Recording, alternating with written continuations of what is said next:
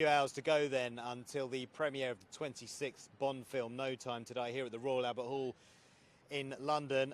Excitement building. There are queues around the back where the red carpet is. We've come out to the front of the Royal Albert Hall to speak to someone who's going to be at the premiere tonight, Edward Biddulph, who is an author and has written a book about James Bond food. Edward, bit of a random subject to write about James Bond. Just tell us a bit about it. Well, it's not quite so random in many respects. If you read the books, there's loads of food references in the books. There's nothing that James Bond likes better than to tuck into a plate of scrambled eggs or a nice steak with bayonnaise sauce. And that was my starting point for writing a book about James Bond's food. Really? I didn't know he liked scrambled eggs. I'm assuming, because I haven't read the books, but I have seen the films, a lot of the food doesn't make it into the films. No, there isn't very much food in the films, but there is some. I mean, especially in the earlier films. James Bond in From Russia Love, he orders figs and yogurt when he's in Istanbul, and that dish is in the book. Later on, there isn't really so much food, but it's always in the background. If you look carefully in the hotel rooms, there's always a bowl of fruit. Yeah. And in Thunderball, James Bond takes a grape, so at least he gets a balanced diet of some sorts.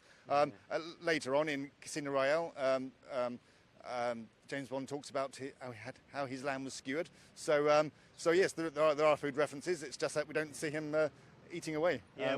Why did you decide to write about James Bond's food, just out of interest? Why particularly that niche subject? Well, I love cooking. I've since an early age I cooked, and I was in the kitchen with my mother, and I learned to cook. And later on, it became a bit of a passion with me. And I realised nobody was really talking about the food. Everyone was talking about the drinks. We all know what James Bond drinks. Vodka martinis, but what do we know about what food he likes? Yeah, very little. And I thought, well, there's something I can write about, and combining my two passions, James Bond and food, and there we go. That was the result of the book. And since then I have a website as well, and I try to recreate recipes as I go. Yeah. What is it about James Bond that you love so much? Why is he so great to you? Oh, I don't know. It's just the adventure and the ultra coolness of the character. Yeah. You know everything's going really right when he's in the room. The films they're smart. They're really really entertaining. Films to watch.